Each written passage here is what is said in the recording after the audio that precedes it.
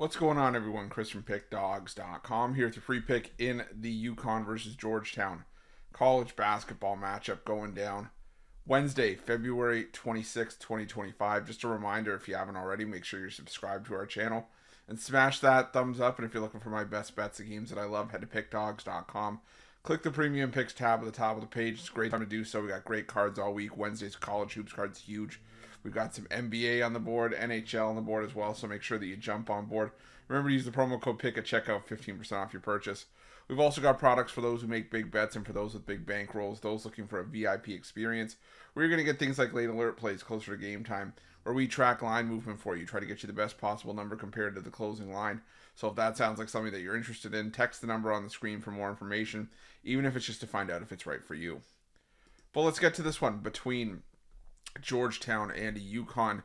Got UConn coming into this one 18-9 on the year, 11-16 against the number, after ending up with an 89-75 loss at the hands of St. John's in their last matchup, while Georgetown comes into this one off an 80-69 loss at the hands of Creighton in their last matchup. Now, the big news for Georgetown is that they've announced that big man and star forward Thomas Sorber out for the season after having foot surgery, and that is a huge loss for Georgetown inside. He was their interior presence, and he was one of their, budding stars, and, he's probably expected to be a draft lottery, prospect. Now, will he go pro after this? Well, we'll have to see, but, if he goes back, I think it's going to be better for Georgetown basketball, but I completely understand if Sorber decided to go pro because, like I said, he's solid talent, and now, if you're Georgetown, you got to forge ahead without him, and we've seen Georgetown kind of falter in some of their recent road spots. Defensively as well. I mean, they lost by double digits to Creighton and Butler, gave up 80 and 97 points in those two games. Also lost by double digits at Providence, even though Sorber wasn't necessarily out by then. But the thing is that I think it's going to hurt Georgetown long term, but I think it's going to hurt against teams that like to go inside, and that's not necessarily UConn's game.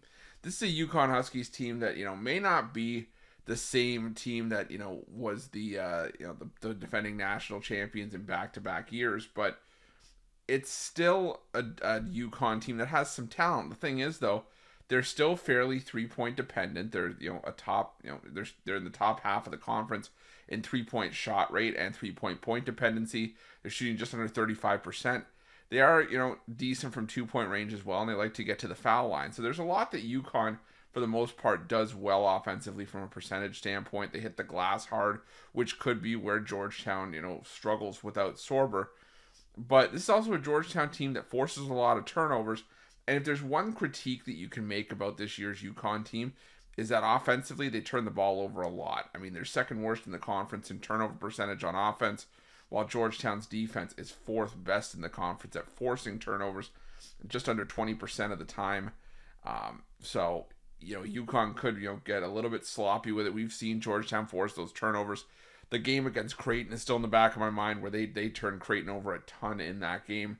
And if the Huskies get a little bit sloppy with the basketball, I think Georgetown will be there to at least, take advantage of some opportunities on the fast break.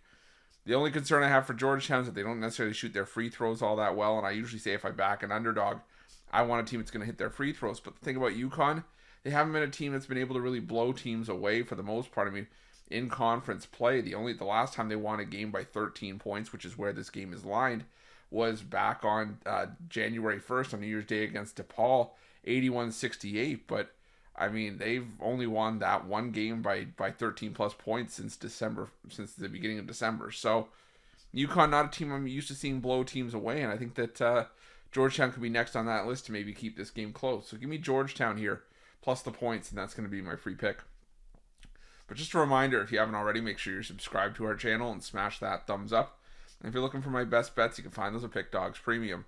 While you're Pickdawgz, check out our betting tools. They're 100% free. They're the best betting tools in the business, and tools that you want to make sure that you have in your back pocket when you're making your best bets for the day's action.